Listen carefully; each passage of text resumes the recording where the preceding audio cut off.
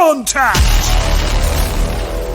How deep can you plunge into the darkness? Through the dark veil of space, time. I wish we could have joined you sooner. This is Warp Chatter. Time is short. There is much to be done. The wait ends now. All right, welcome back once again to the Warp Chatter podcast. Boys and girls, children of all ages, ladies and gentlemen. I think I got that in the reverse order this time, but yeah, this is the Warp Chatter podcast dedicated to talking about the Horus Heresy Legions digital card game, Horus Heresy lore, Warhammer 40,000, everything that encompasses. This is a podcast by players, for players. I am your host, Scuffy. And with us today, we've actually not only have a player, we have a tournament organizer joining us to discuss the upcoming World Cup as much as we possibly can. As of right now, it's just the tail end of May as of the time of this recording. So I'm not quite sure when it's kicking off officially, when the qualifiers wrap up. We're going to get in all to the details as far as the qualifiers, because I think that stage could take a while depending on the number of players involved in some countries. But with us, we've got Terse today. Hello. I'm happy to be back again. Again? Like for the first time? I think it's number 4. I lost count. Yeah. Okay. Nice. I think it's number 4. And then we've got the Crab co-host Axel Manning joining us as well. Howdy, howdy, ho. All right. I try to be here every time. Every time, 99.9% of the time. You've got to leave that percentage for chaos deviations. It happens. Exactly. I think we round that up. He's there all the time. Yeah, I think we'll just round it up. There you go. We round it up. It's fair. Well, yeah, we're going to be talking about the World Cup here. That's the main topic. But we've also got a couple things, I guess, to cover beforehand, just some general conversation bits. Typically what we do, Terse, it's been a while since you were last on, so for those who might have not caught any of those episodes, why don't you tell us about yourself? About myself, okay. Yeah, I am one of the tournament organizers of this game, and yeah, we tend to host several different type of tournaments. We are a small group, but we do like some big events like World Cup, Lodge Wars, and some other special formats that happen every now and then. We try to make those happen once or twice a year, and they are always super fun and entertaining. And then we also host some weeklies and midweek tournaments for players of all different kind of skills, like from beginners to like super experienced players, and sometimes like free-for-all tournaments that are more or less the most fun tournaments around, I think, except for the Barroom Brawl, which is like beating us narrowly, but that's on Scuff. And yeah, I am playing since nearly beta. I joined a week or 2 after beta ended. And yeah, I'm a member of Traitor's End, like Scuff D. Yeah, so I think I've been around for a while, and one of the I think most players from the Discord and the Reddit know me, because I'm also the moderator of these, or one of the moderators of the subreddit. I can't miss Dawn here because he's awesome. Yeah, so if there's anything I forgot to say or that has to be said, let me know, Scuff. Okay. Axel. Well, really quick, what got you into 40K, or what got you into Legions? Oh, okay. Yeah, I am playing since ages the tabletop. Like, I started with Warhammer Fantasy when I was in school, which is like, yeah, I started 20 years ago. Yeah, around 20 years ago. And later switched to 40K, and I still play it. And when Games Workshop announced Horus Heresy Legions, the tabletop, I was like buying from the start. I bought like every single box for like the special event box, like Carls and stuff like that. And I'm a huge Night Lords fan, and I run a pretty big 30k army, which cost me more than I want to admit. But at some point, I I just was looking for a new mobile game for my I mean, what do? You browse for Warhammer and stuff like that, and I was reading about this game on what's it called? There's one Games Workshop news site that like updates pretty regularly. It's what's the name Is it of the it? Warhammer community one? Yeah, right. That's The the one. Warhammer community? Yeah. Yeah, and they had an announcement about it, and I was like, yeah, why not try it out? And I got addicted. Okay. That's pretty much the end of the story. All right. Are you? A lot of people just stumble upon it. Yeah. Are you looking to pick up the box set for the new Heresy stuff? Have you seen it? I am not sure if I'm allowed because I'm not the master of the finances at my home, and The marital I- status Is there- has changed. Is there a good reason you're not the master of coin within your household? yes, because I'm married. I think that says it all. And Yeah, yes, pretty much. so, I'm very limited, but I think I can bribe her somehow. I hope. We will see. I will tell you in the next Warp Chatter episode. I will join if it succeeded or if I failed miserably. All right. Yeah, that's the crunch. wait. That's the crunch that sometimes everybody faces, especially once that marital status changes. Then certain purchases just become debatable. Hard to justify. Yeah. Yeah. I Let's need these address plastic that. figurines. Well, Don't look at their value. I mean, the plastic isn't that expensive. It's a fucking resin part. That's like I at some point bought a Warhound Titan. Like Okay, and that was says a lot. that's Yeah. that's the way you do it. You get the top end. You're like, listen, I could have bought this Reaver Titan. I didn't though. I just got yeah. this. I could have bought a War Master Titan for 2.5 grand, but instead I only spent 200 on figurines. Yeah, You should be happy. 200? Nah, not really. Better look it Okay. up. I would have bought 3 for 200. No, I mean I'm on Forge World. An entire squad of Galverback are 140. Oof. Yeah, the Forge World stuff is just. I mean, it looks Yeah, good, Forge World. but it's just so top shelf. The And then scam. you've gotta do the resin cleaning, which a lot of people don't realize. But once you do it once, you're like, oh, there's more to this. You never want to do it again. No.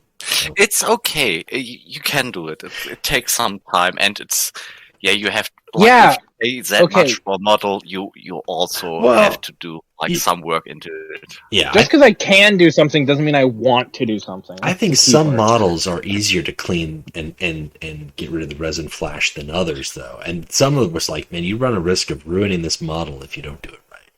I mean, I Yeah. want to be completely honest with you. I don't paint my models because my wife does, Oh, and Ah. that's like for real. She's good at doing stuff like that, painting and like building the stuff. And I tell her what to do, and she does it. And that's why I married her. so it sounds like we know who wears the paint in your house. Oh God damn it. yes. Oh, it's a good old scuff dad joke. Listen, guys, we're gonna do that every now and then. No. So that's cool though. I mean, at least it's a two partner workaround when you have those models. Although then at that point there's no like hiding it, right? Like if there's something unpainted, she'll be like, "Listen, this is new. I know that Yeah. you just got this." Yeah, and I mean it looks so much better if it's painted, and I mean it's a hobby. It's overpriced, and yeah, you are kind of limited to play it. I have to be quite honest. Like when COVID started, like playing tabletop went down a lot, Oh yeah. and Oh yeah. especially like I had like we had rooms rented and stuff like that to run like our big armies, and we played like really big points, so we could run Titans and stuff like that. And yeah, there was That all no. went away. Terse, you were Yeah. actually one of those guys in that photo going around the internet where there's like 30 guys in a room just like with Titans and armies on the floor. Oh, yeah, that one. To be honest, I played with some friends of mine. Like we had a local league Oh, okay. in my city, and we played like like games you can finish within 3-4 hours. Like you have a group of like 20-30 people, and we played a league that was kind of cool. But like for those big games, you really needed a weekend. Like you needed 2 days to play it. And it was like, yeah, but you make barbecue or stuff like that. You drink, you have fun. That's true. Like, if it's an event, it's kind of the weekend thing. That's pretty cool. Someone gets so shit-faced they accidentally kick someone's Titan over. I could just everyone then murders that man in cold blood. It's justified, the usual. The room has to be off limits if you're stumbling around. Yeah, right.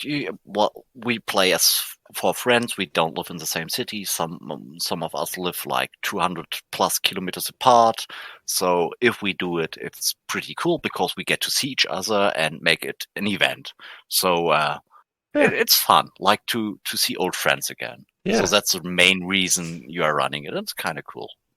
Well, speaking of old friends again, World Cup. This is the third year we're doing it. This is the third year the World Cup has come around. It's gotten a variety of players over the years, but many returning players from different parts of the globe, different countries, new players that have been added. And we are looking to talk about that today as much as we possibly can. Obviously, it is early enough. Signups are still going on. Signups for the World Cup haven't ended yet. But that is... Following that, what we do know is that there will be a qualifier for those countries that have got more than 3 players signing up, and then that will determine, who is on the team to represent the countries in that. So we're going to talk about the World Cup format that we know of, or that we anticipate for players to expect, as well as obviously the number of players, the different countries we're looking at currently right now, maybe some speculation. But Terse, being the tournament organizer, might have some inside scoop on some of that. Some of it might be subject to change because it's not just you. There's Zacharias, Rubersmoon. Are there more tournament organizers working this as a team? No, it's just the 3 of us. Obviously, the whole group of tournament organizers is going to critique our rules, and they help us out if it's needed, and they will be more or less aware of the rules. So if there is a question around and nobody of us 3 is around, they will be they will be able to answer the questions. Okay. I think. Right. And this time, Zacharias is again the host of the World Cup. He took over in the last World Cup from Grey Fox, and I think he did a pretty good job. I was helping him a bit, as other TOs were as well, and this time we thought maybe it's quite a good idea if such a big tournament isn't run by one guy, but with multiple people who are very involved in this tournament. Yes. So that there's, like with different time zones, so that there's always somebody around who could answer an urgent question or can make a ruling if it's needed. Obviously, we hope that there won't be any rulings needed, but it's happening all the time. Better safe than sorry. Yep. Yeah, and to be honest, like we have seen it with some server issues in the past that like disconnecting from games, players being unable to reconnect, that sometimes you need to have someone who tells like, okay, there is a clear winner, or you have to replay the game, or like we have to figure something out how to make it fair. And so that's it's good that we increase the pool of hosts. And to be honest, like we are going to use the qualifiers to experiment a bit. Like we want to run World Cup in general like the last World Cup. It's a known concept. It's pretty fair. I have to say, like, there's no special rules changing from round to round, so it's pretty much straightforward, but still very, very cool, because, like, those rivalries happening from different nations, and there are nations who have always placed in the top 3, and those facing off each other will be very entertaining for sure. I hope that by the luck of the draw, some of them maybe meet in group stages and not in playoffs to make it even more a must-win situation. Mm-hmm. And yeah, we will see. Like, we have a good number of people who subscribed already.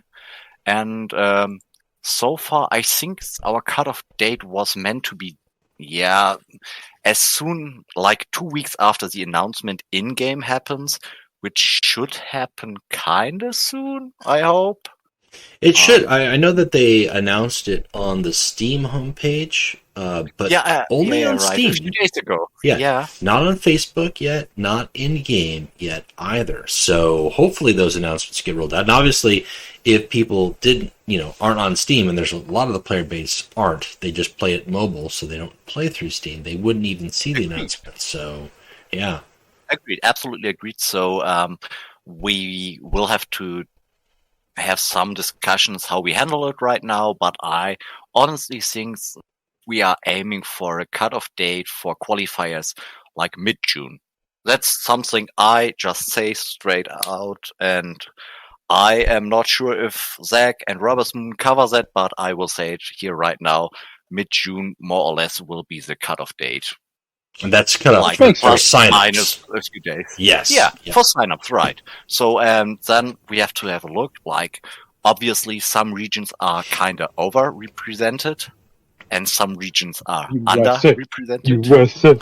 I believe there's about 11, it looks like, at least 11 countries that are going to need qualifiers. Counting through here? Let me check. Okay, United Arab Emirates is... We've got not a team yet. Belarus, Canada. Belarus will need Canada. UK, England will need Germany, Italy, Kazakhstan. Yeah. Kazakhstan. Yeah, they are 4. Russia, US, and I mean that's just what we've got right now. It looks like Spain might just have the 3. There's a couple of countries, obviously. There, if there's not countries that have a full 3 representation, they will try to be matched up with, closest geographical equivalent, so that everybody who wants to play will at least have a chance to play, or will have to play in the qualifiers for that chance to play. And it looks like, just going over here, there's probably going to be, I cannot recall off the top of my head. I think there was 15 or 17 players or teams last World Cup. I think we're looking right now at 16 at least. So looking that we've had 2 World Cups prior to this one, which is about to start on, or signups are still underway, I should say. The 2019 World Cup had a total of, it looks like, 6, 12, 18, 24 teams. Some of those may have been some combination teams, but 24 teams back in the first World Cup back in 2019. The World Cup last year had a total of 17 teams. So a little bit down in terms of numbers, but I think the sign-up period for second World Cup was shorter, and it wasn't announced on all the platforms, which is what hopefully we're trying to avoid with World Cup 3. Get it out there, get the announcement in-game, get it on all the different social medias. Obviously, we've mentioned here on the podcast several times prior to this episode. So hopefully we should end up with more than 17 teams. I think the sign-up sheet right now looks like at least 16. If you aren't counting the mixed-togethers. Yeah, I am fine with like a smaller number of teams if the quality is really good. Mm-hmm. Like in the first World Cup, we had some teams that barely found 3 guys who formed a team, and in the second one we had some more mixed teams. Like in the first one, we had Ukraine, for example, and Belarus, both going solo. And for the second one, they formed a single team. So and now Belarus is poised to have its own qualifier. So yeah, right. Yeah. So in the end, like, they might end up as 2 teams again. They might end up as 1 team. We are okay with teams forming like alliances to a degree. Like I don't see the US and Russia, for example, and having a pool of like 30 players battling it out for 3 spots. That's kind of nonsense. But if you have like 4 players and 3 players, yeah, okay, why not? It's okay for us if you form a team and make a qualifier to find the 3 guys who represent your region. Mm-hmm. That is okay. Like for teams that barely make the minimum of players to form an alliance, especially if they are neighbors or like at least in the same area, we can get behind that. It's like there are no super strict rules. Right. And Yeah. But, and we're still looking at teams of 3 players, correct? right. We Yeah. are looking honestly we are looking for 4 players, so we have a substitute that will be ready if one player eventually drops down. That happens every single tournament. Mm-hmm. That at least some player has some like stuff happening in his life. We had tournaments with players passing away, and I mean that happened in a Lodge Wars episode, and that was kind of like it was a young guy. There have been some crowdfundings from the community for his family, and a huge shout out to Pirate Lahai, who did a great job at honoring him. So Yeah, they have a lodge named after him. Mm-hmm. yeah, right. Mhm. So that can happen. So having a backup is something I absolutely approve, and I think the other 2 hosts and obviously the main host, which is Zacharias, approves that as well. So normally we do it like the runner-up, like the top 4. Number 1 to 3 are the actual team, and number 4 is on standby. Right. And maybe that's something we haven't figured out yet, but maybe the substitute could be within the prize pool as well. That's something that we have to negotiate, and like there's a good case for it. So maybe. Can't promise anything. I think it's fair that also the player on the bench has a chance. Well, and mention the prize pool. I mean, obviously that's not something that we can, I don't think, get into just yet, because it is way too early to confirm what the prize pool is looking like. I know that they're planning on, now that Everguild has kind of set new terms for these large scale tournaments, it should be pretty substantial. But World Cup 1, World Cup 2 offered the Blood Games card back. There will be Blood Games 3. That's already Awesome. I mean, it's That's not good. 100% official right now, but the last time I spoke with the Everguild community manager, and I was like talking about Lodge Wars, when we got like Lodge Wars and World Cup both share the same Blood Games card back, which is kind of cool because both of them are the big tournaments. Mm-hmm.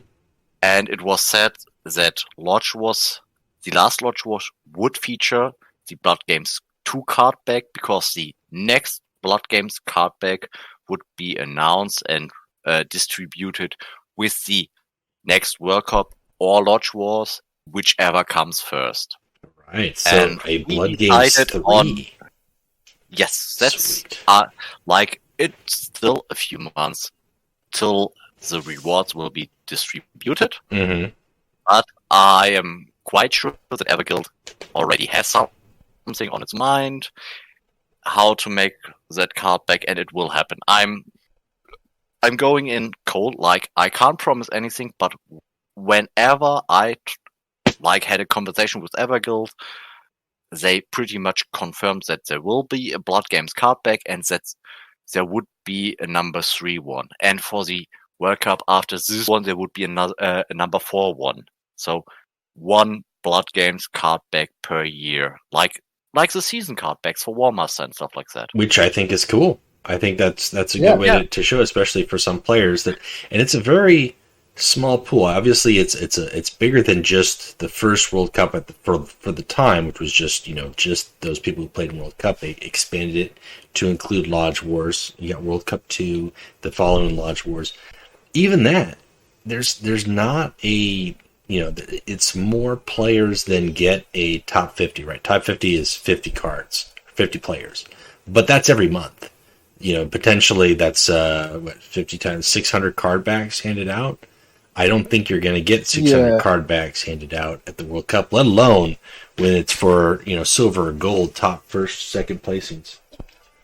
I mean, gold it's going to be pretty much exclusive to the first place, if I'm correct.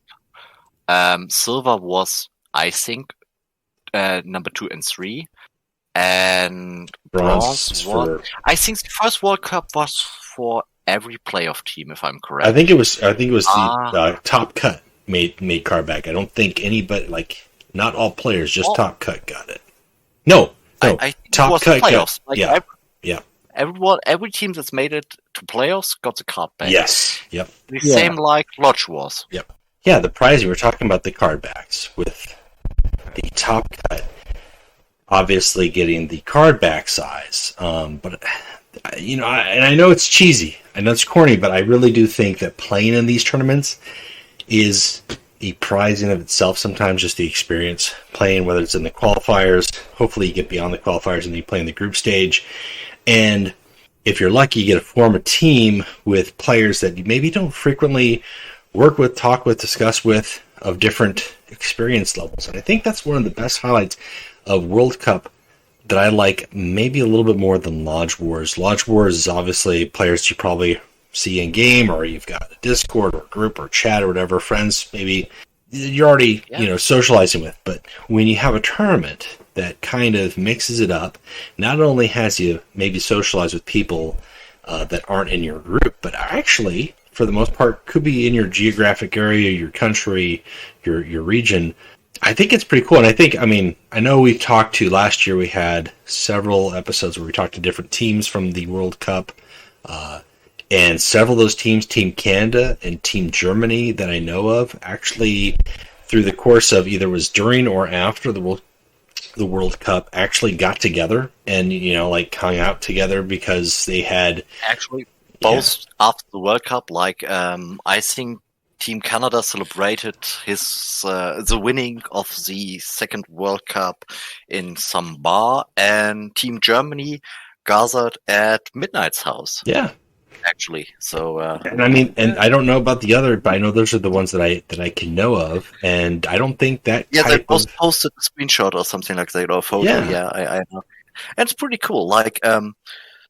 Honestly, I absolutely agree with you, but also generally, tournaments are a great place to meet other players. Mm-hmm. It doesn't depend if you visit a weekly or a big tournament like the World Cup, but it's, for me, I haven't played in a major tournament myself for a while now. I was participating in the earlier Lodge Wars tournaments, but when I took over as the main host, I stopped playing in those big tournaments because I personally don't like to be player and judge at the same time. For me, it's a bad taste. I can see it. It is okay. And for Lodge Wars, I always allow my co-hosts to play in it if they want to, but I advise them not to because it can lead to difficulties. Mm-hmm. But for me as a TO, it's always super nice because those people in those tournaments are actually sometimes very entertaining, or they have a very good plan of what they are doing and how to play the game. They give you by talking to them, it's chatting or voice calling, you get the exchange of ideas of deck concepts and stuff like that, and how to play stuff is really, really cool. And sometimes you just find one guy you are connecting with instantly. You write 4 or 5 sentences and this guy is cool, I like him. And even if you don't share the same lodge or the same nationality, it's kind of cool that sometimes you have a guy, he plays this warlord really, really good. And one morning you will wake up and say, today I'm playing this. And then you are asking your friends, who's playing this? And you remember, yeah, right. Why don't I ask him? He's the master of it. Or he plays he played like 1,000 games with this warlord. Like, I think he got the concept of this warlord pretty well. And then he gives you advice. He shows you another style how to play this game. And like, if you go with one warlord or just one play style every single day, sometimes this game can get pretty tiring. But if you mix it up and have fun, like try something out, play stupid decks, it's so entertaining, and those decks tend to work even if they look stupid, because people just who have experience with some kind of decks that you think are pretty bad. Mm-hmm. And when you get the concept how to play them, they're actually entertaining, and you will win games with it. Well, and I think also, when you get a win like that, something different, whether it is off meta or off beat, or if it's just something you're not used to playing, it's not eye-opening, but it adds to a layer like, oh, that's right, I can do these things. I want to play it a little bit more. What else can I dive into? Is there another warlord that's very similar to this, or is this but one step back, or one step to the left, or one step ahead? And there are over 130 warlords. There's so many variety between the warlord abilities and the factions that support them. There's no reason to just brain dead play the same thing over and over again. And I know, like you said, like it gets a little boring. I think it also leads to burnout at some point, because there are some of those players, like, once they're one deck that the only thing that they ever played was good stops being good, if they haven't branched out, I think it leads to a higher rate of being disappointed or not wanting to do anything else, being done with the game. And it's like really doing yourself a disservice if you just played a couple other warlords that just have, well, you know what? They just nerfed this guy who I was playing forever. I guess I'll move on and focus more onto this guy that I was playing as a secondary or a third deck, because, why not? Give that a try, see if I can make that better. I think there's a lot of different ways players can challenge themselves in playing the game. Yeah. And I mean, that's also like, you don't have to play a game one way. You can like try to play it multiple ways, and sometimes you don't see the ways, but other people see it and they can teach you. And why not? Also, like, it's cool to, like, it's a tournament. And what's really great about tournaments is that even if you are, on average, losing versus a certain player, in a tournament, it's a one-time battle. Mm-hmm. And there are players who I lose regularly to. Like, I simply can't beat. But in tournaments, if it's if I lose 9 out of 10 games on ladder, that's one thing. But if the one game I'm winning is in a tournament, it's something that you can like take some strength from, like, and some pride. Like, I beat him when it matters, and it also helps you sometimes to unblock your mindset. And to be honest, like, there are guys I have beaten on ladder pretty regularly. Like, I have a winning record, even though I don't deserve it, because they are way better players.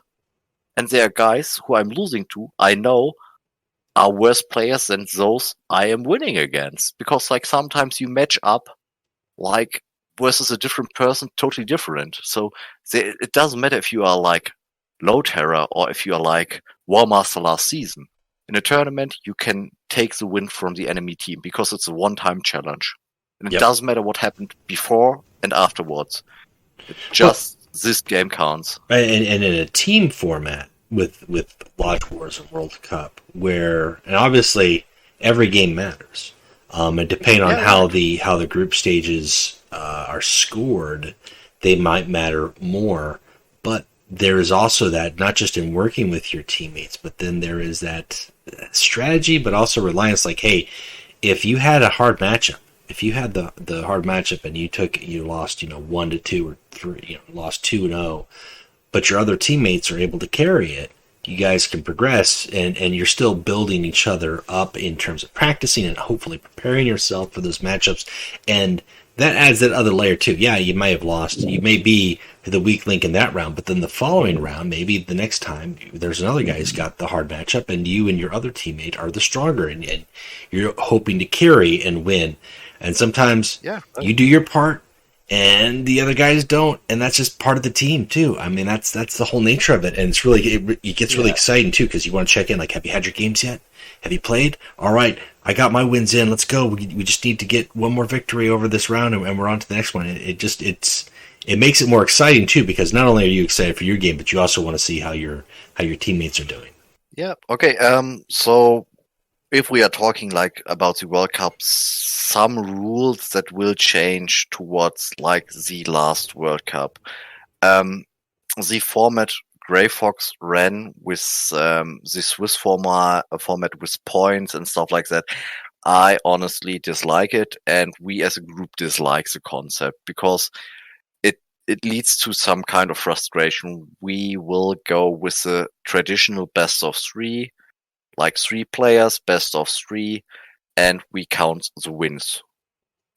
I think that's fair. No, I don't think that's bad at all, because for Swiss, the problem with Swiss is you run the chance of bubbling out. Yeah. And you don't, when you're counting wins, if you've got more wins than everybody else, regardless of who like, the only exception is if you are tied, and in which case then it's like, well, who did you lose to? Or, like, that's what you're looking at. Obviously there are several tiebreakers, so we got that covered.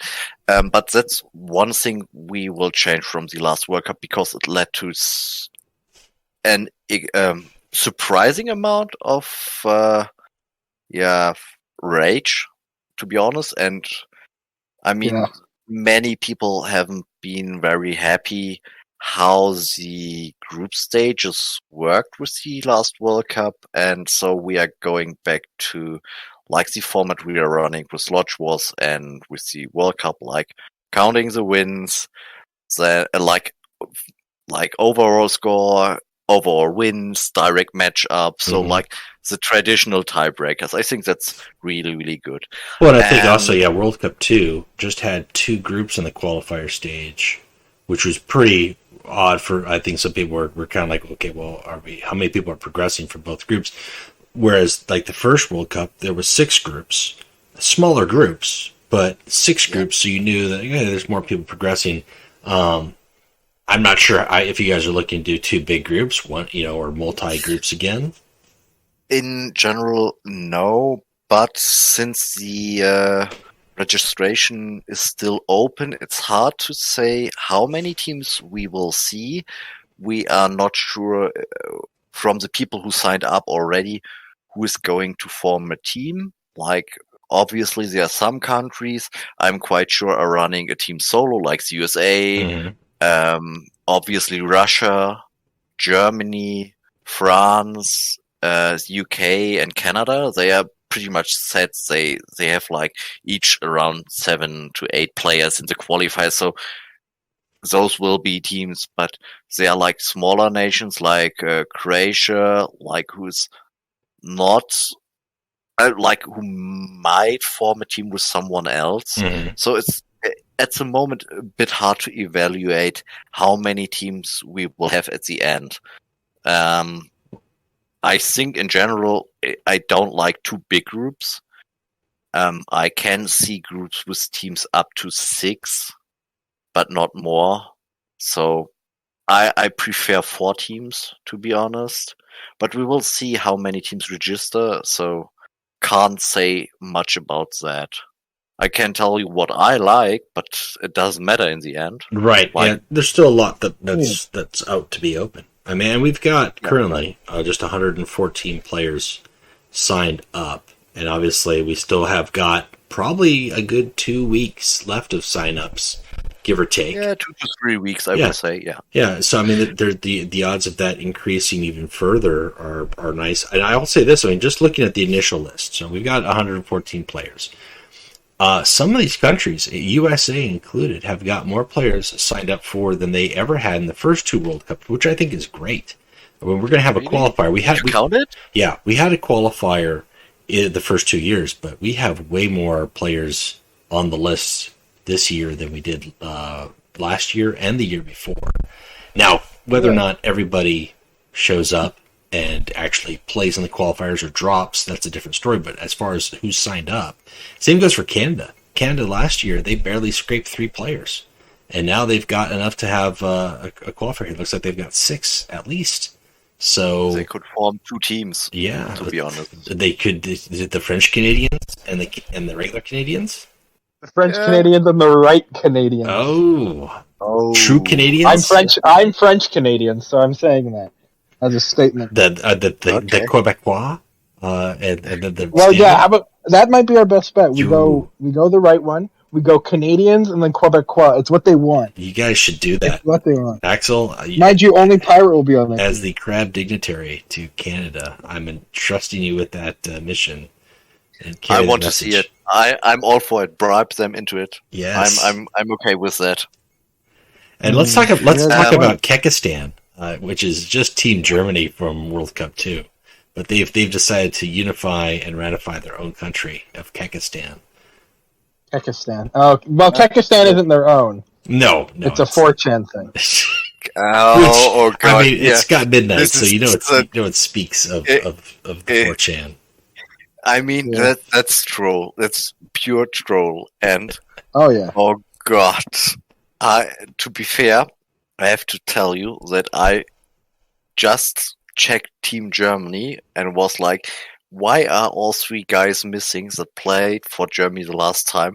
And just now I'm noticing what's happening. There you go. God. Those 3 morons oh God. They have decided to become Kekistan. Oh God.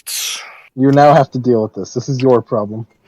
Oh God, I will distribute it to someone else. I mean, it's my nationality. I don't do judgment on them. I forward it to Rabas Moon or Zacharias. They can it's not my issue. There you go. Yes, they can figure it out. I think, the signups, we've got a variety, and we always do. World Cup usually does. We've got the big teams, as we mentioned. You got Russia, France, Canada, USA.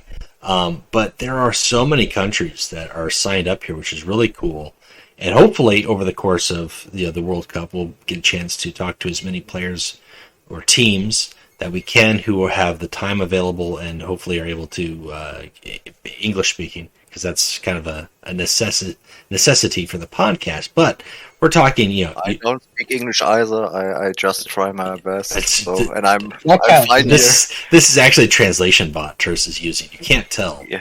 But we've got the United Arab Emirates, Argentina, Australia, France, Belarus, Brazil, Canada, Croatia, Czech Republic, Deutschland, Germany. Yeah, that's Germany. Yeah, England, Finland, France, the Netherlands, Georgia, Hungary, Italy, Kazakhstan, Mexico, Poland, Republic of Ireland, Romania, Russia, Serbia, Slovakia, South Africa, Spain, Ukraine, the USA, and then there's 2 here that didn't list their country, but I'm sure they fit into either one of those or a unique one. I mean, that's a lot of countries. There's many, many more across the globe. I think the heart of the 40K fandom is probably represented here in the European countries as well as US. But yeah, well, I think it's quite popular in Russia, like in and to be fair, in the last few months we have seen a rise of Asian players. The Korean players, I have no idea where they are from because I can't read Mandarin or any other Asian language with non. With the Arabic letters. Yes. Yeah. So I can't identify where they are from, but if they join, which would be kind of cool, I'm all for it. I can see that there could be more teams. Yeah. I still hope that the Everguild announcement will come soonish. Well, because once that announcement is in game, every player will see it, whether or not they respond to it. But I mean, if you're in the Asian continent and you don't speak the language, or you're not on the English-speaking Discord or the Italian Discord or the French Discord or the VK for Russia, you might not be dialed into the community necessarily, but when you get that message in game, that then also tells you like, hey, try to find a way to get on these social media communities. That really links it up. To be fair, like we TOs are also very limited. Like we have one guy who I think he speaks Mandarin, but that's like our only native speaker of any Asian language, and I don't count the Slavic languages into that for like just reasons right now. But like we don't have anyone who's like speaking like Chinese, Mandarin, or Japanese, or like Korean or stuff like that. So there might be a lot of people who are interesting to play. And shout out right now, if there is someone who speaks like at least to a elementary level one of the major Asian languages, feel free to contact us TOs, because we are absolutely interested in getting like people from areas that haven't been represented in our tournaments into our tournaments, because I think it's fun for them. It's definitely fun for us, and to break a maybe language barrier if they don't speak English or any language we TOs speak, like Russian, German, French, or Spanish. That's pretty much what we got covered. Let us know, and would be a great help. So we obviously talked about nations. I hope we get to see some more, but some of the nations you named are like 2 players. Yes, yeah. Right? Some of them so if they very are well forming be a team, fused as a it's team. questionable. Yeah. I mean, I can see Brazil and Argentine to form a team, because neither of them... I know there's a rivalry. I'm absolutely aware about that, but I think for this game, they can let it rest and take on the world. Because neither team right now will be able to... neither nation will be able to field a team right now. They need people. Yeah. That would be cool. Well, and if anything, I think I remember last year. I don't know. I can't recall if it panned out or not. I think last year specifically there was somebody from Mexico who was looking to try to make a new team, and they couldn't. And there was nobody that they knew that played the game. They couldn't talk into to play the game, let alone like be at a level to play the World Cup. I think we ended up letting them participate in the U.S. qualifier. But I don't think they. I don't even know if they played all the way. I think they might have just dropped. No. They played under South America, I believe. Oh, did they? Okay, all right. Yeah, they placed 5th in the Group B and didn't advance. Okay. It was close. So there's a way to get them in, even if they can't get a team, depending on where they're at. Maybe they can get squeezed into a qualifier. Like if there is not, maybe a whole South America team, if there's not enough to form just one team even. We've got a couple in here. I think if we get somebody from Colombia or Chile. Okay, spoiler alert. We TOs don't ask for passports or IDs. There you go. We trust our players. And if you tell me that you have a Brazilian mother and you are living in France and you are half Brazilian, I would be okay with you playing for Brazil. If you want to make a case for it, if you're like, listen, I might temporarily reside, here. Boys, but my heart... I'm now Senior Axel. I'm playing for Team Mexico. Axel's heart lies in the Quebecois. Let's be real. My heart does not lie in Quebec. My heart does not lie in Quebec. Obviously, a player listed to play for one country can't change its country afterwards. Like, you can't play... Like, I can't say, I'm German, but I also have US dad, and my brother was born in Belgium, and my sister is actually from China, so I play in 5 qualifiers. Thank you, ladies and gentlemen. That won't happen. Yep. You gotta pick one and stick with it. Yeah, right. Yeah. Well, there has been one other change, which is like a major change. We actually want to have each player pick 3 decks or 3 warlords for the qualifiers, and the enemy can ban one of them. So you're bringing 3 warlords to the game, and your opponent tells you, I don't want to play against this warlord, and you tell your opponent you don't want to play against that warlord. And then you play with 2 warlords each and have to win with both decks. So this actually brings a more strategic level to the game, because you can like restrict your opponent a bit, and he can restrict you. Like if there are warlords either who are overpowered by meta right now, you can ban it out. Or if there's a warlord you can't beat, or like you feel that you can't beat or struggle to beat at least, you can remove it if your opponent picked it. Which is maybe a good concept. We are trying it out for the qualifiers for now. Mm-hmm. And if we like it, we will also bring it to the main tournament. Now, are you guys looking to, obviously, again, some of the rules we don't have all the details with. If we can get some, that'd be great. Details, that is. But with the warlord selections, it's gone back and forth where you pick a warlord, and those are your warlords that you're stuck with through the course of the qualifier, and then come the World Cup, then maybe you get the chance to change.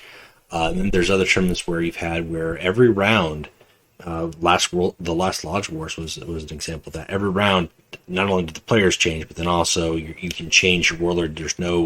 You're locked to a specific warlord. Would that go hand in hand with that, or would you just simply have the list locked, and then having the ban one option kind of helps make it easier to navigate that? It has been a discussion, but I am big fan of the Last Lodge Wars, to be honest. Like, I like that you don't have like warlords you have to carry through the whole tournament, because meta changes. If an expansion or a patch hits the game, some warlords become like worse or better, and to the option to rearrange your warlords every round, like your opponent has the option as well. Mm-hmm. It's not bad for anyone, and it prevents like horrible matchups. Yeah, I think one of the things we saw last World Cup, which obviously there were several different discussions tied to the balance patches, because it's such a long World Cup and Lodge Wars. These tournaments go for months, so multiple balance patches happen over the course of time, which increases the odds of whatever's playing really good getting changed. We had Desperate Defense that got changed, which also affected people's choices for Thaddeus Vale and Ahriman, and like warlords that you could almost say were like that's why they picked it for. Yes, they could be played different ways, but the people were locked in, and there were some people. I know there are changes a lot, but if I remember correctly, like only one person on a team was able to change, and that was a whole point of contention too. So if you have that option available where nothing's fixed, number one, you don't have to really argue about like, well, what are we going to do because they changed this one warlord. Everybody has the option to either use or drop that warlord now, just automatically. I mean, in the Last Lodge Wars, we introduced several new things, and I think most of them have been really, really good. We can talk about the team size and stuff like that, and mixed teams, which is at least controversial, and I agree on some points I got as a feedback, and that's something we will address for the next Lodge Wars.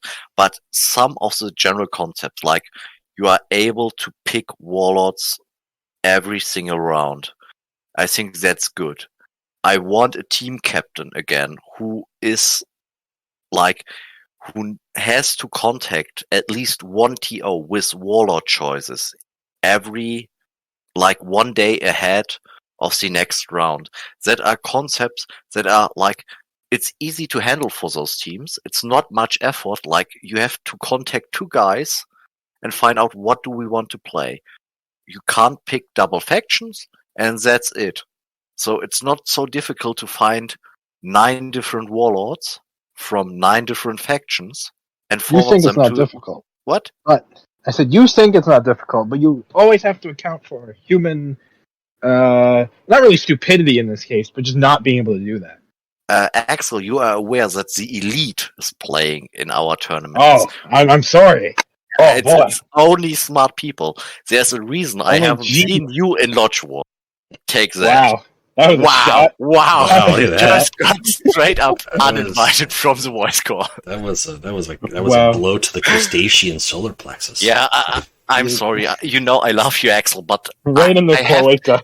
I mean, I have to take out a punch at someone every single time I appear. I've taken punches at Everguild, I think, in my last episode. I don't know. Right. I think I hit Guard Buddy or somebody else in the episode before, and now you are my target. Maybe Wow. next time it's Scuff. I don't know. Can't promise anything. It will happen suddenly.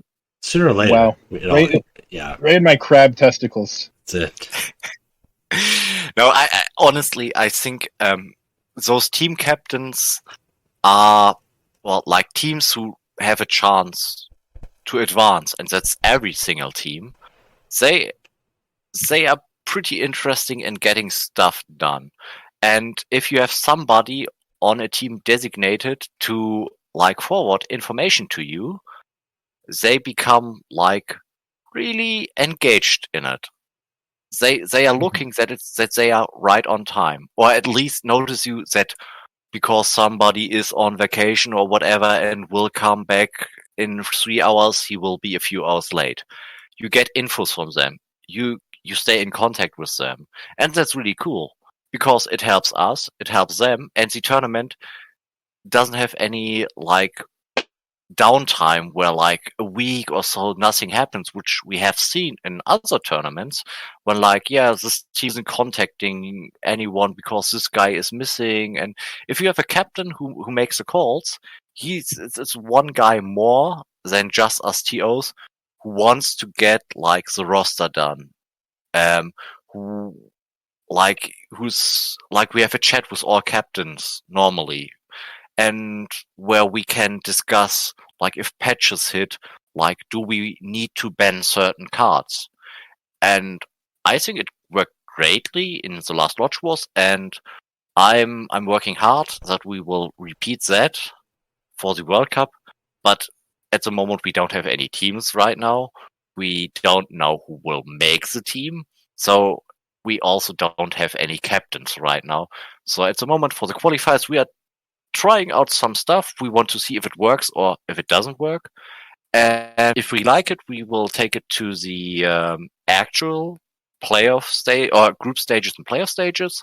And if we don't like it, we will drop it after the qualifiers. That makes So- sense. Yeah. Yeah. I mean, it's a bit trial and error. Why not? People will survive it. And we get Wait. like the worst stuff out of the way, like at the beginning. Like if something is really broken in the tournament, we can fix it till the actual tournament starts. Yeah. Trial and error is just the way things go. I mean, we are human after all, and I That's am what you want to very- believe. no, I'm very aware of some of my worst mistakes I made in tournaments, and I am pretty forward, and I know when I fucked it up, and I am trying to find a solution with like contact teams and like getting feedback. And normally we are sending the rules out early, so get some critique early, because sometimes you don't see holes in your rule set because Well, yeah, you don't see. You don't see it because you're not the one that's trying to break it. And there are players who or teams or whatever that are looked like, well, can I do this, this, or this? Because that would be what I would do to get around your rules. And if you don't have it clear, sometimes that's going to happen. I mean, I wouldn't say they are trying to exploit the rules per se, but sometimes they experience like the exact hole in another tournament, maybe in another game or wherever, and they want to know how we prevent it. And sometimes you are very stunned, and looking at it and you see it like, yeah, sure, you actually can abuse this, and then you still have time to fix it. Like, every single point we get told, like, this is, can you tell us exactly what is meant with this rule? What is the interpretation of it? Like, what is the intention of this rule?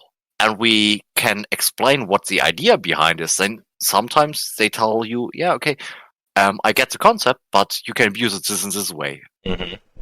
And yeah, it's like sometimes wording. For me, it's actually sometimes the English language, which is like, if I write something in German, it would be like totally clear what I'm intending to do.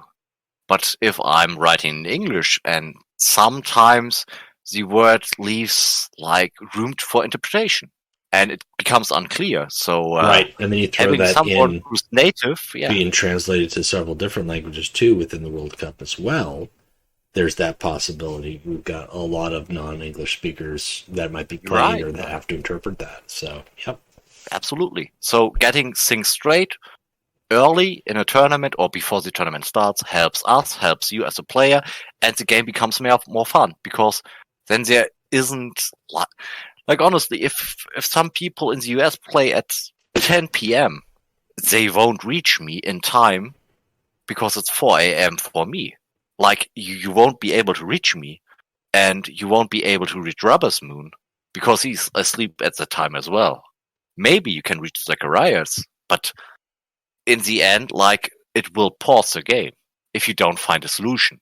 Yeah. So getting things clear ahead of it helps you, helps us, makes the tournament more fun. And you don't have two people who are like being offensive to each other, which is also kind of cool. Like finding friends instead of enemies.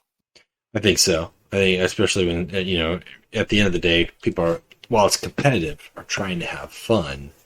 And there's that very obvious line where, like, okay, you're any chance of having a fun interaction with some people is just like, well, that's, I guess, we're just playing cutthroat. That happens in physical card game tournaments too. There are just some of those guys who are like, you're sitting down from across the table. They're not here for fun. They're not going to shake your hand. They're not going to, like, they just don't talk to them after. Like that, they're here to play and to win. And sometimes that works, and a lot of the time it doesn't, honestly. But that's just a personality thing. There are players like that. And then there's a lot more who are much more, talking to players between rounds, sharing decks, trading cards, going out to lunch. Like that. That's the best part of the tournament experience. To be fair, you can come to a tournament with the idea, I have to win it. I want to win it, and this is our time, and nobody's going to stop us. Mm-hmm. That is okay. Like, Masterclass did it last Lodge Wars. Like, it was about time that they finally would win a Lodge Wars episode. Like, every other major, or big community won. Like, it was their time. They were due for a while. And they have been good enough for it to win it for a while. And they failed. Which isn't bad. Like, the competition is good in Lodge Wars and the World Cup. Let's be honest. But they came prepared and they wanted to win. And they still had fun. Mm-hmm. And it was still good games with their opponents. Yeah. I mean, you don't have to attend a tournament and say, yeah, it's all fun, and let's see what happens. You can come to a tournament and say, we want to win it, and still be nice to each other. Oh, yeah, absolutely. Which they did. Well, one of the goals is you have to have fun at the end of the day. And, well, then again, some people's fun is purely winning. You also have to make sure everyone else has fun. Yeah. Well, yeah. You don't want to walk away like, well, I had fun, but I, made a bunch of enemies. I had fun at the expense of others. It's one of those things where, again, it kind of goes back to one of the merits of the World Cup, which is just the diversity of the teams and the dynamic of playing with players that maybe you don't normally get to play against. There's so many positives and pros to that to take from just the interaction, whether it is rubbing elbows, making discourse, getting new ideas, to do something where you're like, you just cutting that off at the quick. You're really doing yourself a disservice more than anything. Also, it's kind of interesting to see some people, like, for example, I didn't know some German players. Like, when I was writing with Dione, I was always writing in English for years. And then I noticed he was a German. And since then, we haven't written an English word to each other. Like, it was like, you're German? Cool. I didn't know that. I didn't know that for years. But it's cool. Like, that you find out that some people are like, actually, not like from the other side of the world, but could be maybe your neighbors. That's sometimes pretty funny. Okay. Well, about the World Cup rules, is there more that we've got to talk about with the World Cup? To be honest, it's a lot. We have a general concept, to be honest, and like I said, we will run best of threes, like for the qualifiers. Like you pick, you have to win with both of your warlords. But you bring 3 warlords to the game. One of them gets banned. This is pretty new. Then for the group stages, we probably or most likely won't run Swiss. It has been a source of problems in every single tournament we ran it, and I don't think it's smart to repeat mistakes. So I am very, very sure that we don't run Swiss. And I also am very, very optimistic that we will have more groups instead of 2 big groups. Hopefully we can get 4 to 8 groups. That would be awesome. I think realistically 4 to 6 groups is possible, depending on how many people register. Mm-hmm. So, yeah, that's like the general concept. It's a pretty straightforward tournament. Like you can check the last Lodge Wars episodes. I mean, I think the rules for them are still posted on the challenge. Let me have a look. Yeah, they should be out there. The World Cup is a tournament series. It's going to go for a while between qualifiers as well as the tournament itself. We're probably looking at several months. And hopefully, like I said, during that time, ideally, if there are people out there who are on a team, I'd like to try to reach out to, if they make the team, to get those players or teams on the World Cups or the podcast so we can talk to everybody more so from around the globe. But as rules evolve, or as we actually get more stuff in cemented in writing, obviously, hopefully we'll be able to reach out to you, Terse, and Zacharias, and Rivers Moon as well, the TOs, and maybe have you guys kind of bring us up to speed, as well as talk about whatever the topics of the hour might be as the podcast continues in the future. Because I think I've got at least 4 episode topics down on paper, and then once we get past the faction spotlights, I think we're going to be talking balance patches, and then some really more concepts, I think, with the card game itself, and just general discussion. What's strong, what's worth picking up, how do you build a collection, mentoring, things like that. So it'd be good just to have different players' takes on it. Yeah, sure. I think there will be one of the TOs available if you need him. That's for sure. Like, I can see myself joining, but I honestly would love to see Rubbers Moon and Zacharias both get a chance to say something about the World Cup, maybe one before group stages and one before playoffs. That would be cool. And maybe all 3 of us can join after the tournament again and talk about it from our perspective, maybe with a player. So that would be kind of cool. Mm-hmm. Maybe with a winning country. That could be very entertaining. There will be announcement in... Oh, right. Very important part, Discord. It will be quite mandatory to have Discord to arrange matches. It's we have a tournament server. If anybody needs an invitation to it, Scuff, you could... No, you can't link. I can't link it in the podcast, but I can tell you that if you need a link to that server in Discord, you can find it under either at some point the World Cup or the tournament section within the main cord, or just reach out to your tournament organizers and ask, or your lodge masters and ask for that. We should be able to help facilitate so that way everybody gets access to that main tournament Discord, because that's really where the teams kind of form up. Everybody's got the channels in it. That way everybody is on the same hub for communicating to your opponents, because sometimes that's a problem if somebody's not on the Discord, like you said, like for communication. Like I'm supposed to play player X and player X doesn't use Discord, then the odds of us just randomly matching up is not going to happen. Like you've got to schedule that, especially when we're talking with players in different countries, different time zones. You want to be able to say, hey, I can play Friday at this time. Can you? Yes. Okay, cool. And then you know that time the two of you guys are going to get together. Sometimes it's really short. Sometimes it goes to the end of the week.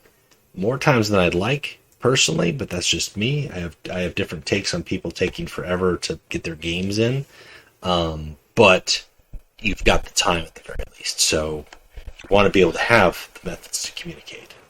Okay, so if you are in need for Discord, the game has the option to send you an invitation to the official Discord channel of the of Everguild. Like, I think it's under settings, and on the official Discord, you will see people with purple names. Those are all tournament organizers, and those can give you access to the tournament server. Some of them have a brown name for some reason. Oh, Doles has it, yeah, because he's Doles has it in crayon. Okay. And death. Yeah, it's under settings. There is, if you open the settings tab, on the left bottom, you see the Discord symbol, the Facebook symbol, and the Twitter symbol. If you click on the Discord symbol, it will send you a link to the official Discord, which you can join, and from there on, like, contact anyone with the tech tournament organizer, or ask anyone around. They will ping one of us, and we will give you access to the tournament Discord server. There will only be participants. You will get a channel for each country, which will be locked, so you can discuss whatever you need to discuss.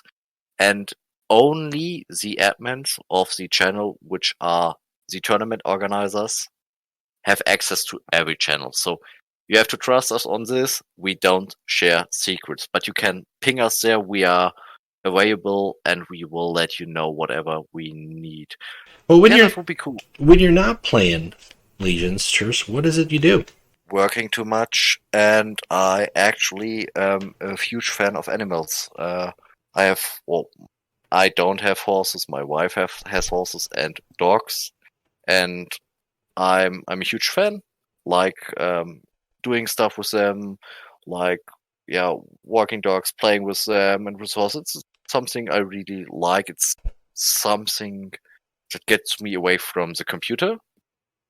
And for games, I actually picked up Anno 1800, which is a great game, which I'm trying to play when I have free time. But yeah, I would like to spend more time playing, to be honest. I haven't been playing a lot in the last few weeks, to your disappointment, I believe. Well, because normally you've got real life stuff going on. One of the event guy. Yeah, and I know also with that, I mean, it's just this time of year. We've got school coming to an end for people, which is either finals or other things happening. The change of the seasons for a lot of people, getting out, doing outdoor activities, sports are picking up. Just depending on everybody's interests. This is, 2020 was a different story because we were all shut in, and there was a lot of people still coming into the game, but 2022, there's a lot more people out and about at this point, which is natural. And yeah, if you got real life always comes before the game. If you can't make it, that's fine. If you're playing when you can play, that's probably the most important thing. And stay communicating. I mean, the community itself is great. Yeah. There has been drama in the past. There will be drama in the future.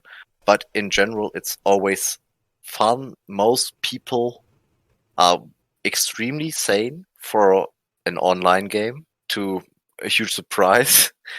And yeah, it's actually, you can talk like non-game related stuff with some of the guys you meet here. And yeah, I always enjoyed this community. Else I wouldn't have survived for years as a tournament organizer, because it's kind of a damning job. I wouldn't say it's 100% thankless, but there's a high level of ungratitude and you do it for free. So you gotta like it. You gotta Well, like what you're doing. I can't say I do it for free. I mean, I got the TO card back. That is a sweet card back too. I think the TO card back is is very better good. than the mod card back. I think it's better, but I really like your Dracul. To be fair, I have that as well. Well, yeah, you got that from the Reddit. You got the Reddit mod card back too. Yeah, Dawn Stash was annoying Oliver so much that he finally gave up and forwarded it to me. I mean, that's one of the cool things. Like, if you are a tournament organizer, you have a pretty direct line to Everguild for questions and requests, which is kind of cool. I mean, we do it for free, but we also do it because we like the game and want to support it. Mm-hmm. And it's great that Everguild has a community manager. I think the last time I was on this show was with Oliver, right? Yeah. Yes. What? Yep. Yeah. I think it was the first Q&A. Yeah. Yeah, right. And he's a great guy, and I'm very happy with him as a community manager because he does his job really, really well. He's very nice guy. Yeah, he's nice. He's quite honest. He doesn't promise anything he can't keep, but he's also not like, can't say anything about this topic for now and responds a week later when he has like the okay from Everguild. He's like, okay, I think what you are asking for is reasonable. I will convince them. And that's really cool. Like, you have the feeling like that he wants to help us and always has an ear for us. So that's kind of cool. And I think the tournaments improved with him as a community manager because it's now very easy for us to contact Everguild and get like the only thing is the in-game announcements, which is something we are like discussing for years, and I don't know why it's happening so slowly and what's the issue with it, because it's not difficult. Yeah, I mean, so far it has been really, really cool with Oliver. Yeah. So, yeah. And I talk to him in mod chat all the time. We joke to him.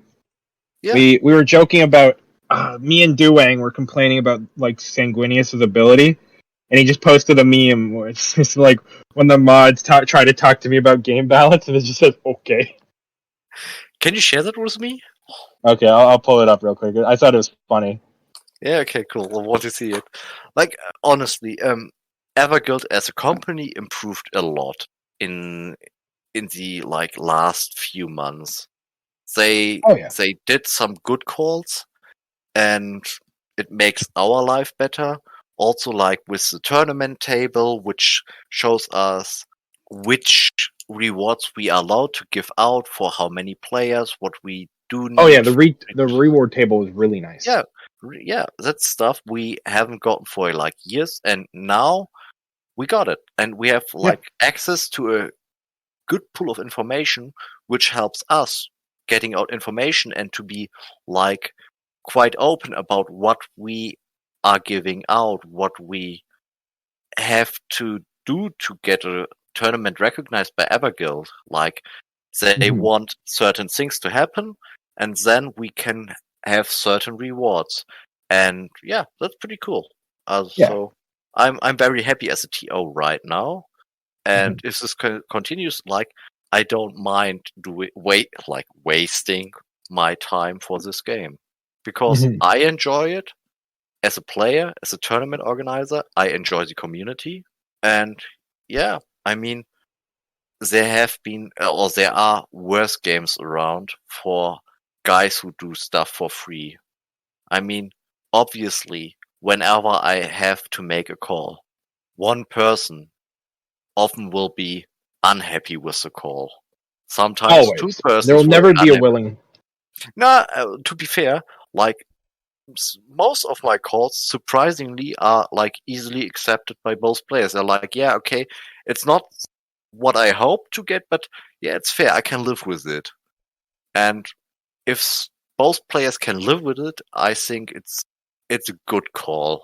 Yeah, it tends to be the more people who can agree on it, the better the call. But that's just like, yeah. Okay. Yeah, and to be fair, like I got about the another feedback 20 I minutes or got so. for Okay. and to be honest, the feedback I got for like Lodge was also pretty good. Like, yeah, there were some minor complaints, but in the end, that's something like, as long as I get really good complaints about like civil complaints, and people talk with me like, I didn't like this, and the reason for it is this and this and this. I can get behind the thought process and see like where the issue is and why there is an issue, and I can fix it, or I can say, well, I can't fix it because it will result in bigger issues. But I think, but then I can forward it and like, yeah, okay, my options are limited. These are the rules I have to be like, I have to follow to get price support or whatever, and so I can't change it. So you have to accept it. Sadly, I'm sorry. I would have liked to change it, or I if I find a solution, I will change it. But right now, I have no idea. I can't. I will discuss it with other TOs. So that's Yeah. pretty cool. And nobody, like, from the community itself on Discord or Reddit, which is quite active, like, they are very understanding, and they're like, yeah, okay, if I have an idea, can I forward it to you? And yeah, it's very civilized. So that's kind of cool. And I mean, yeah, there have been some TOs who got into bad fights, but Yeah. I mean, it's okay to admit that you have been wrong on something. I mean, people are willing to forgive you. Like, Sometimes. if yeah, more often than not, they pretty much everyone knows that you're doing it for free, and you are like giving out stuff for free, and the only thing you like, and at least they can respect you for it, like, and tell you what the issue is, so that it can be fixed. In the end of the day, this is like a PC or mobile game.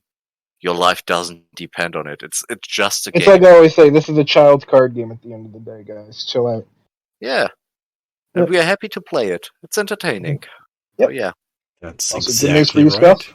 Well, Axel, what are you doing up to right Well, now? you know, by the time you hear this, it would have almost been a week. I was going to do a Wrath and Glory campaign, but players canceled last minute. So that didn't happen, which is a shame. I wanted my players to die by orcs. Besides that, I still do my same thing, tabletop. I've been playing Mechanicus lately. Fun game. I like how it's XCOM, but no random chance for hitting. It's just damage. Yeah, I watched some of Scuff's streams of the game, and it doesn't look that bad. I haven't. It's a very good game. It's really fun. I enjoy it. I mean, I beat it. I beat it with the hidden mission too. But I'm tempted to go back and replay it probably before I pick up the Chaos Gate. Yeah, even though I know they don't play quite the same thing, but I think there's just like they play similar. Are you looking forward to stream it later today? Maybe I. Not Mechanicus. Like if I do anything, I might be doing Disgaea later tonight. So yeah, I'm on a Disgaea kick right now. That's what I'm doing on the Twitch. Is like it's a lot more games than just Legions. I do Legions there too, but ideally it gives me a chance to just kind of play some other stuff. You're on Twitch now? I am on Twitch. It's true. It's real. So I missed a lot. Yeah, the YouTube channel is still going to be the Legions, just solely Legions, but Twitch will have me on with whatever I'm playing, which has been some old D&D games. It's been Mechanicus. It's been Legions. Disgaea. I think I had some Battlefleet Gothic on there for a while. It just depends on whatever I'm in the mood to play. And that's kind of the whole point. Just to kick back and play some stuff. Mm-hmm. Well, speaking of that, I guess I was kind of plugging the Twitch channel, but Terse, besides the World Cup and tournaments, and maybe plug a little bit more tournaments, but I think we've talked about tournaments in all their merits today. Is there anything you would like to plug? To be honest, I don't think so right now. I think I said enough, and I leave it up to you guys. Okay. You have another topic. Well, Axel, do you have anything to plug? I got my usual plug. I'm going to plug my boy Dorn, Drew Lee Clark on Instagram. He does good art, commission him, all that beautiful stuff. I'm going to say right now, if Mossad is not unlocked by the time you guys hear this, you have 1 day. He better fucking be. He That's all I'm better going to be. say. We're I've been almost waiting for that halfway. character. I've been waiting for that character since before the Siege of Terra Crates, because he's one of my favorite Imperial Army characters. And he's finally around. He sounds like Clint Eastwood. You already sold me. His art's amazing. We need him. His ability's He's gonna pretty be good great. too. Yeah, he's got a board His wide. abilities are buff. board wide. Board wide. If it was adjacent, it wouldn't be that great, but he's Bolvi. He's old Bolvi. He's old Volvi Absolutely agree. with the Imperial Army, neutral restrictions and health pool. I think we're going to get him. Obviously, this is something we didn't talk about at the start of the episode. We're kind of in the tail end of it. But There's a raid going on. This raid is It's also only 1 week. is a 7-day raid, not a 14-day. So it's half the time. But just looking at it, Pip, now here we're about to achieve the second achievement, which is unfortunately it's just 2 cosmetics. But typically To the be fair, raids, though, it's a good cosmetic. it's a good cosmetic. Typically the raids are 2 cosmetics, 2 new warlords, and then a legendary. This time around, because it's half as long, we're just getting 2 cosmetics and a legendary warlord. By the time this episode ends, or airs, I should say by the time this episode airs, I'll just say this here. You guys are in for a little bit of a treat. I don't have all the details because, unfortunately, the details could not be finalized or approved in time for this weekend. But I might actually know what you're talking about. the content creators were supposed to be doing spoilers this weekend for the new expansion that comes in. Oh. Yeah, we were supposed to By be the doing. time people hear this, so. Yeah, we were going to be doing spoilers. By the time people hear this, they probably should already have heard. And if they haven't, then every guild is slacking a little bit here. But there is going to be a new expansion launching, kicking off when this raid event ends. That will also be adding Now- new factions to So- the game. Is that official word? That's Because official. I had official word from the grapevine say that it's supposed to launch Wednesday, which just didn't make sense to me. That is correct. Is it actually launching This Wednesday? The first. It is the kickoff. Will be the first. Wow. We Wow. we had to confirm that ourselves, and we're like, "Are you sure?" Because that's not a Friday. No. Yeah, because I heard that from the grapevine, and that didn't make sense to me. When does this campaign end? Campaign ends Friday, typically, like it usually does. But No. June No. 1st. The actual the campaign. campaign. No, the campaign Yeah, won't yeah. end for a bit. Yeah, the campaign's got another week or so left. But yeah, the June 1st. It was just. I don't know I the was just, name. like imagining like the campaign ending and All new like things. starting with new expansion. Yeah, could have been. I don't know what the expansion is going to be called. I don't know 100%, so I can't say for sure what the new faction is going to be. Well, but there was a data mine. We know what they're going to be, and you're probably playing against it right now in the raid. If You you're probably not, don't want it. if you're not and you're shocked, well, prepare to be shocked more, because I don't think that's the end of it.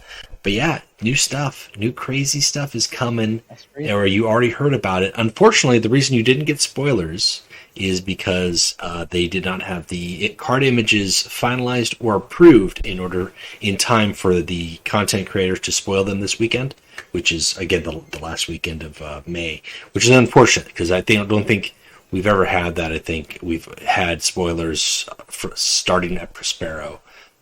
Was the first faction or the first expansion, and we've never really missed spoiling cards.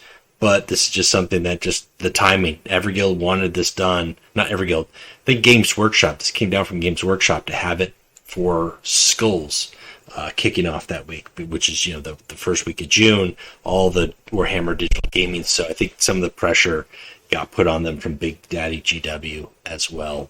But all that aside, new content, new cards, new factions, all that stuff coming. Looking forward to playing it, and looking forward to topping this raid, pocketing this new warlord top 10. Should get this Mossad out the gate, so that'll be fun. And I'm kind of curious, honestly, what they're going to do about the 3 factions that haven't had their 5th warlord added yet. If they're going to throw these in at the end, or are they just going to be part of the next expansion, or what's the deal there? I don't know. It's unanswered. Weird.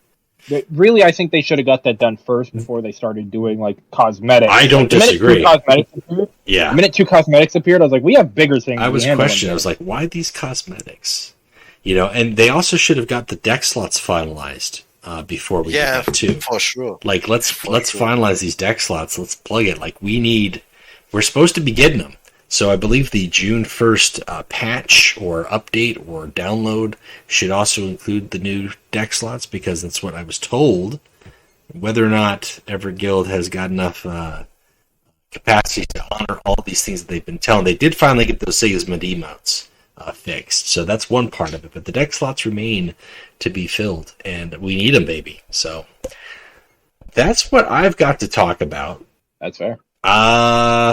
Terse, I want to appreciate you for making the time for us. I know it's been kind of difficult, especially with 3 different TOs, different days, times. Yeah. As always, it's my pleasure to join. It's always fun. Love both of you, and hopefully I will appear in another episode in the near future. Maybe when World Cup finally drops. Yeah, we've actually got teams and World Cup rules to talk about, and maybe make some predictions. Because I actually, one thing I want to try to do, I got to get on the ball to think about it, but I want to try to do a predictions, like a March Madness type thing with the World Cup teams. Do you still have one of my 100 gold codes I gave you? I was going to say, if we could even petition the community manager for March Madness gold codes. Yeah, I would like to have promo codes, and just make everybody have their charts or their standings, whatever you want to call it. Make your predictions based off of the teams, and at the end of the World Cup, whether you're playing in the World Cup or not, my goal will be whoever has got the 3 players that have got the closest predictions or the highest score, however that works, will get the promo codes, get some prizing for it. So that's something I want to try to do. Honestly, I think we should attend a tournament next week. It's the 3 of us, and we should convince Oliver to let us convert our gold winnings into codes so that we can give them out. Get more codes out for the people. I'm okay with that. Yeah, So let's win, make place 1, 2, 3, and then have some gold to distribute. It will be cool. I mean, this will have to be all scrubbed audioly, so nothing can be tracked or traced back to this conversation. But that's a possibility. I can bribe Oliver. We can all bribe him. I heard that Oliver can be bribed with 40k models, and so I think that might be true. That's entirely possible. Yeah. So if you've got some Terse, you have got a bunch of Horus Heresy models, I believe. Give him a Titan. To be honest, I have 2 bid boxes of Betrayal of Cults. That's more than a bribe. He casually slides a Titan across the table. That's a casual War Master Titan. I won't give anybody a Warlord Titan if I would have one. No, War Master Titan's now the biggest Titan. Oh, there's bigger. Is it a model? Well, but yes, as a model, the Imperator Titan still doesn't exist as a model, but that's okay. War Master Titan. Yeah, I got it. I'm near certain the War Master Titan is available for purchase because it has rules now.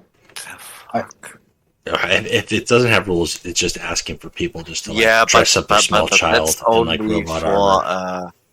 Yeah, but that's not for 40k. That's for Titanicus. I know. Okay. I mean, have you seen the Warlord Titan, the real model? It's bigger than my dog. Which is why if they do a realistic War Master Titan, the War Master Titan is taller than the Warlord. Yeah. So we need it huge.